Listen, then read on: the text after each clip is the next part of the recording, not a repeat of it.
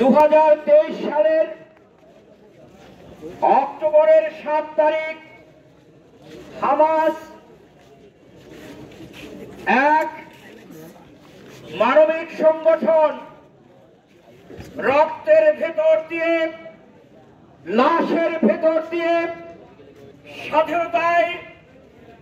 স্বাধীনতার জন্য উন্মুখ হয়ে যাওয়া মোমেনদের এক জনগোষ্ঠী হামাস ইহুদিদের অন্যায়, অমানবিক অত্যাচার, নির্যাতন সয়ে সয়ে যখন দিশেহারা হয়ে পড়েছিল, তখন ইসরায়েলের ভেতরে ঢুকে তারা একটা আক্রমণ চালিয়েছিল।